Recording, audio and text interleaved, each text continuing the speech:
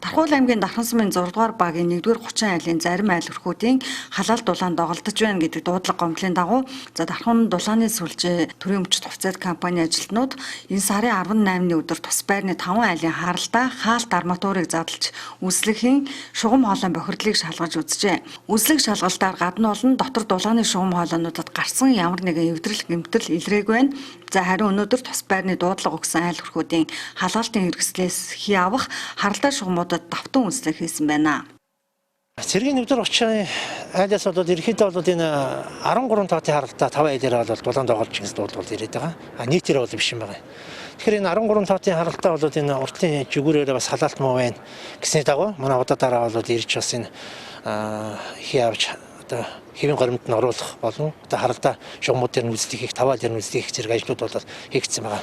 Ямар нэгэн тийм саад гэмтэл бол гараагүйсэн. За мөн одоос шугамын бохирдол байж магадгүй гээд шугам хоолойнуудад бохирдлыг бол арилгах, одоо усыг юуж гоожуулах зэрэг бол ажлууд бол давхар хийгдсэн байгаа. Тэгээд бол өчтөр оройн байдлаар бол тухайн 5 айлын бол даралт температур бол нэмэгдэж бол хэвийн мэдэлд орсон байгаа.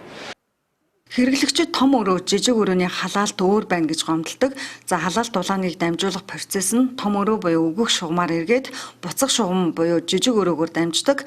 Мөн гормын хувьд гадна агаартай уялдуулан халаалт дулааны температурыг тохируулдаг гэдгийг хэрэглэгчид ойлгох ёстой гэдгийг мэргэжлийн хэлж байна.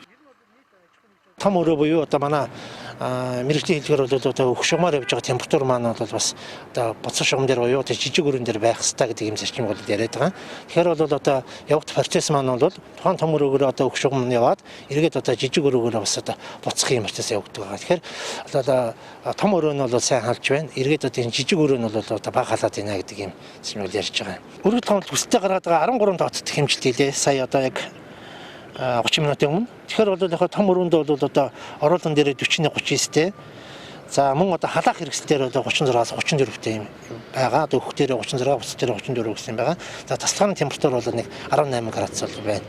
Одоо ер нь бол цаашдаас уялдуулаад одоо гадна агаар бол одоо хүүд төрч тусан даралт температурууд нэмэгдээд явна. Танай гэрээчийн дулаан одоо хэдийн үнэтэй байна? Агаар их юм. Одоо нэг 17 найттай байна. Аль өрөөний илүү хөвдөн байна? Нэг нь жоохон амттай, нэг нь арай гайгүй тийм л. Сая ирээд тэр хэмжилтийн интернет тэр урд ахиж даралт нэмдэг станц ажлууд нь маргаашнаас халаад өгнө гэж явсан. Ер нь одоо жил болгон л юм гэдэг юм уу? Үгүй энэ жил юм байна. Жил ирэх тусам шинэ хэрэглэгчид нэмэгдэж байгаа дулаан түгээлт дамжуулалтын ачааллыг нэмэгдүүлж байгаа юм байна. Тиймээс энэ сарын 20-ны өдрөөс эхлэн тус компаниас 2 дугаар нацаасын өргөх станцаа ажилд залгахаар бэлтгэл хангаа ажиллаж байгаа гэлээ. Дархны дулааны сүлжээ төрийн өмчт хувьцаат компани Дархан сумын 15,000 гаруй айл өрх 1800 гаруй аж ахуйн нэгж байгууллагуудад дулаан дамжуулан дулаанаар хангадаг. Одоогоор халаалт дулаантай холбоотой энэ байрны айл өрхүүдээс өөр гарсан гомдол санал ирээгүй гэлээ.